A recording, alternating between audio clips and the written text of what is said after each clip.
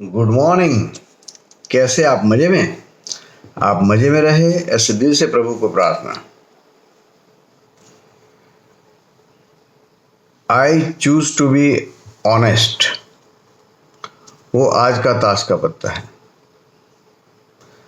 तो ये ऑनेस्टी, प्रामाणिकता जिंदगी के लिए बहुत ज़रूरी है। आदमी ऑनेस्ट नहीं है, प्रामाणिक नहीं है तो उसका कोई मोल नहीं है। मुझे मेरे खुद की जात से पहले प्रामाणिक बनना है। मैं क्यों इस दुनिया में हूँ, मेरे क्या काम है, मेरे माता पिता, मेरी पत्नी, मेरे बच्चे, मेरे परिवार, मेरा राज्य और मेरा देश, सबके लिए मुझे प्रामाणिक बनना है। एक बार मेरे दिल में खोट आ गई तो कोई मतलब नहीं। Honest is the best policy. और ज़िंदगी में एक ये बार हमने समझ ली, ये पॉलिसी हमारे जिन में आ गई तो कोई प्रॉब्लम नहीं। हमें जो भी हम काम कर रहे हैं वो बहुत ही प्रामाणिकता से करना है। हमारे जो ज़िंदगी के नियम है, परिवार है, सबके लिए हमें प्रामाणिक रहना है। और वही बात हमारे बच्चे सीखेंगे तो वो भी प्रामाणिक ही बनेंगे।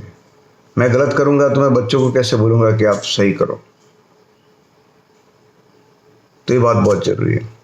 दूसरी बात, अभी कोरोना इंडिया में बहुत ही स्पीड से बढ़ रहा है। एवरी डे 10,000 पीपल संक्रमित हो रहे हैं। ये बात बता रही है कि हम हमारे एग्ज़ाम में फेल हुए हैं। कभी भी मैं हॉस्पिटल जाता हूँ तो रास्ते में कोई मास्क पहनता नहीं। डिस्टेंसिंग तो बाजू की बात है। सब गप्पे मारते हैं, दुकान पे भीड़ लगती है, जहाँ जाओ भीड़ है।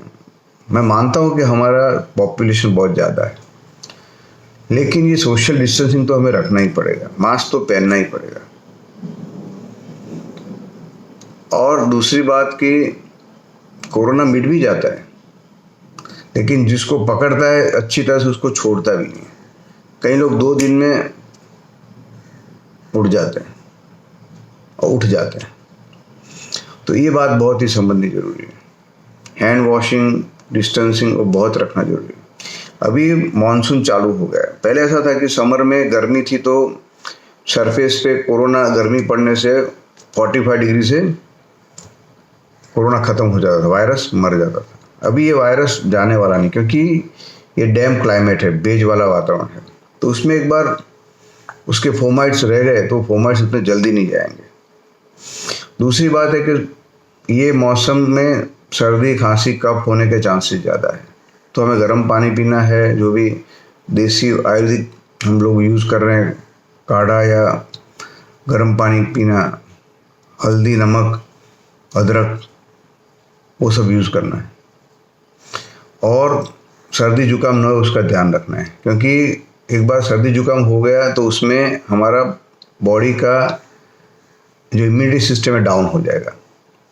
तो इसलिए हमें उससे दूर रहना है। दूसरी बात है, भागवत जी में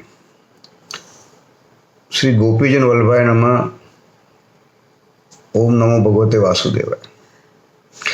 शंकर भगवान हिमालय में पार्वती जी को भागवत जी की अमर कथा कहने जा रहे हैं। तो गोलोक धाम में कृष्ण भगवान एकदम से जाग जाते हैं। तो राधा जी बोलते आप क्यों उठ गए, क्यों जाग गए?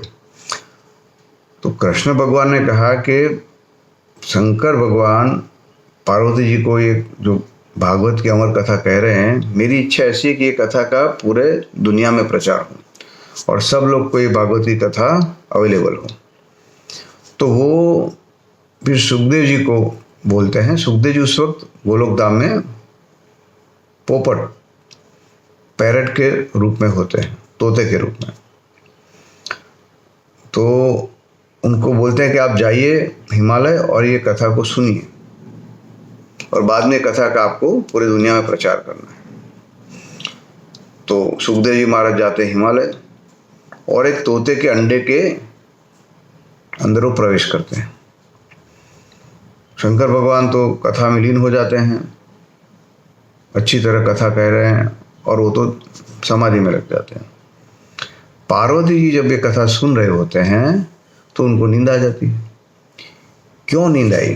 क्योंकि ये भागवत जी की कथा ऐसी है कि वो बहुत ही शीतलता देती है, शांति देने वाली कथा है। तो शांति होगी, शीतलता होगी तो नींद तो आएगी। तो ये कथाकार जो कहते हैं किशोर चंद्र शास्त्री जी, वो ऐसा बोलते हैं कि मैं ऐसा बोलता हूँ भाई, जो सो रहा है उसको सोने दो, ऐसी नींद उसको कहाँ मिलेगी। जब वो संसार में रहता है तो कोई उसको सोने नहीं देता है, काम नहीं करने देता है, दौड़ाता रहता है। आदमी भी खुद दौड़ता रहता है। घर में गादी तकिया होता है, एसी होता है, फिर भी नींद नहीं आती। लेकिन भागवत जी की कथा में मंडप में कोई बैठने का ठिकाना नहीं हो तो भी उसको नींद आएगी। तो ये उसका प्लस पॉइंट है। दूसरा फायदा मिले ना मिले, लेकिन नींद तो अच्छी आएगी। वो ऐसा भी कहते हैं कि मैं कथा में ऐसा बोलता हूँ कि भाई जो भी कथा में सोएगा उसको अगले जन्म में सांप का रूप लेना पड़ेगा, और जो बाजू में बैठा उसको मदारी बन के डुगडुगी बजानी पड़ेगी।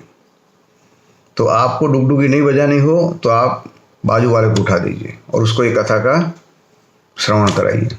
ये हंसने की बात। गोपी गीत में गोपी कहती है कि ये भागवत की कथा सांत्वना देने वाली है, शांति देने वाली है, पापी को निष्पाप करने वाली, दुखी को सुखी करने वाली। तो हमें आप शायद नहीं मिले कृष्ण भगवान तो भी चलेगा, हम ये भागवत की कथा सुन के भी हमारा जीवन व्यतीत करेंगे, अच्छी तरह बिताएंगे। तो ऐसा महात्म्य है भागवत जी की कथा का। आपका और मेरा दिन बहुत अच्छा रहे, ऐसे दिल से प्रभु को प्रार्थना। जय श्री कृष्ण, गुड डे।